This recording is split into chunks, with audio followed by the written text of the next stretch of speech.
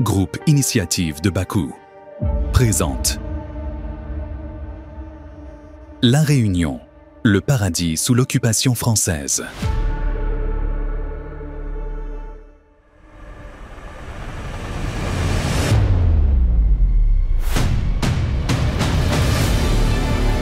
L'île de la Réunion, située dans l'océan Indien, témoigne d'une histoire coloniale riche mais difficile.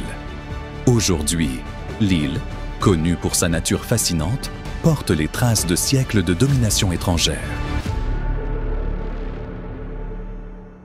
En 1642, sous le règne de Louis XIV, elle fut capturée par les Français et baptisée Île Bourbon. La colonisation de l'île de la Réunion par la France a commencé en 1663, lorsque le Français Louis Payet s'est installé sur l'île avec 10 serviteurs malgaches.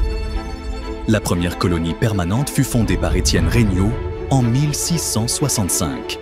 Et c'est à partir de cette période que commença le processus d'établissement permanent sur l'île.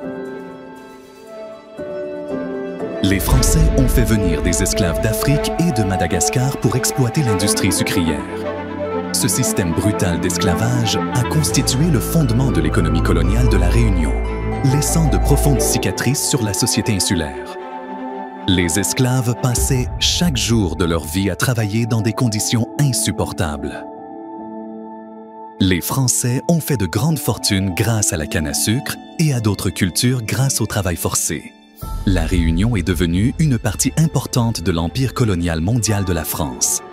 L'infrastructure coloniale a été conçue pour exporter les ressources naturelles de l'île vers les marchés étrangers et les exploiter à des fins économiques. L'esclavage a été aboli à La Réunion en 1848. Ce changement marque un tournant dans l'histoire de l'île. Mais l'héritage du colonialisme perdure. L'histoire complexe de La Réunion continue d'influencer son identité et sa lutte pour l'égalité. Aujourd'hui, La Réunion fait partie des territoires d'outre-mer français. Son passé colonial reste un chapitre important pour comprendre sa situation actuelle. L'histoire de La Réunion est celle de l'endurance et des cicatrices indélébiles de l'exploitation coloniale. Aujourd'hui, l'île fait face à son histoire. Aujourd'hui, l'île fait face à son histoire et envisage l'avenir avec espoir de trouver l'indépendance.